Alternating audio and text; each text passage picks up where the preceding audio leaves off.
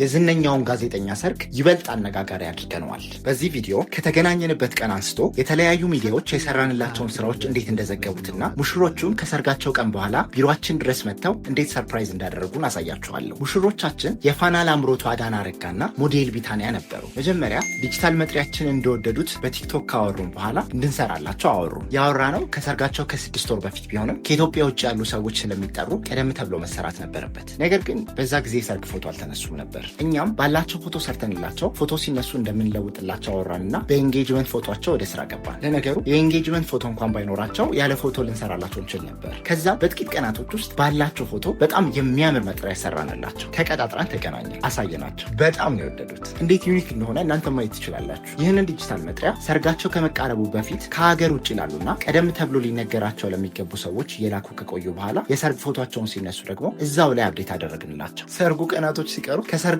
እኩል የሰርጋቸው መጥሪያ መነጋገሪያ ደስ ያለኝ ሊንክ ውስጥ ስትገባ ሙዚቃ እየሰማሽ አንደኛ ወጪ ቆጣቢ ነው። በድሮን ነው ትልቅ ነገር ነው ያደረገልን። ሰውን በስማቸው ልከናል። የኔ ሰርጎች ይባላሉ።